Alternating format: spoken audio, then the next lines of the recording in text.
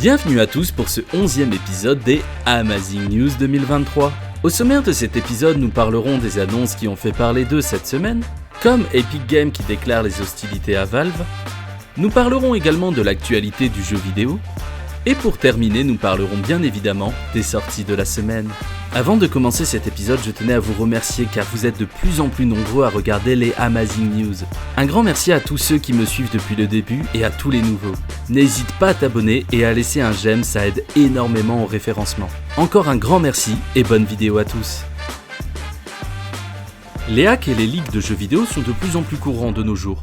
Malheureusement, c'est au tour de Stalker 2, qui est attendu par un grand nombre de joueurs, d'en subir les frais. Il faut savoir que suite au conflit entre l'Ukraine et la Russie, le studio a pris la décision de ne pas continuer le développement et la commercialisation de leur jeu en Russie. Les hackers, probablement originaires de Russie, ont demandé comme rançon de revoir la position du studio vis-à-vis de la sortie du jeu en Russie, sous peine de voir plusieurs gigaoctets de données fuitées.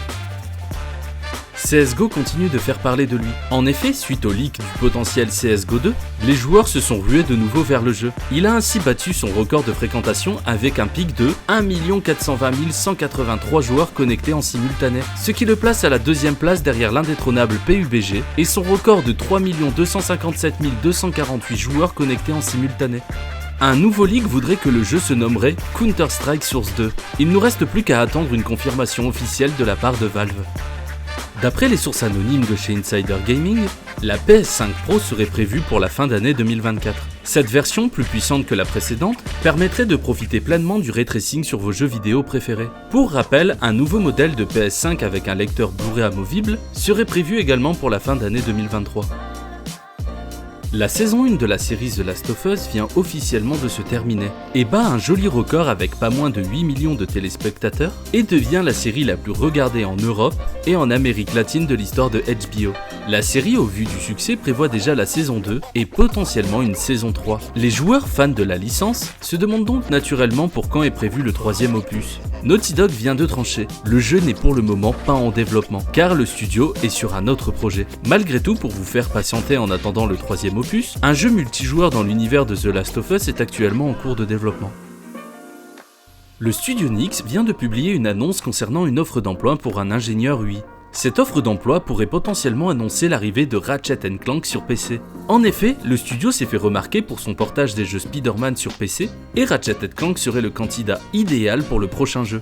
Sans réelle confirmation pour le moment, il faudra prendre ces informations à la légère. Un data miner aurait trouvé dans le code source des serveurs publics de test de World of Warcraft une mention hardcore. Une difficulté supplémentaire pourrait potentiellement voir le jour dans les raids du jeu, ce qui ravira les joueurs les plus courageux d'entre vous, qui se lanceront dans cette nouvelle aventure si les développeurs décident de l'implémenter en jeu. Epic Games vient de jeter de l'huile sur le feu en déclarant les hostilités à Steam. Il a annoncé le fait que Steam a créé un vrai problème pour l'industrie. Ils ont une stratégie de verrouillage classique où ils construisent ces services qui ne fonctionnent qu'avec leurs magasins, ce qui empêche fortement l'arrivée de nouveaux stores, notamment pour les jeux en ligne. Pour répondre à cela, Epic Games a mis en place le système API Epic Online Service. Cette clé, qui est au même prix sur Steam, permettra de jouer avec toutes les autres boutiques du PC, et même les consoles. Ils ont par ailleurs rendu obligatoire le fait de rendre les jeux crossplay entre boutiques PC, ce qui permettra d'éviter le problème rencontré sur Call of Duty du Microsoft Store, qui au début du jeu ne pouvait rencontrer des joueurs que de cette même boutique. Epic Games qui vient d'ailleurs de recevoir une amende de 245 millions de dollars pour avoir permis à des enfants d'effectuer des achats facilement en jouant à Fortnite, sans aucun contrôle parental.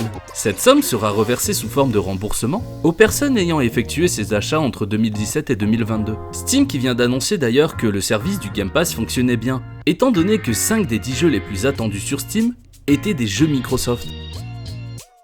Restons dans le cadre des rivalités avec Microsoft qui vient d'annoncer avoir signé 2 nouveaux contrats avec 2 géants du cloud gaming.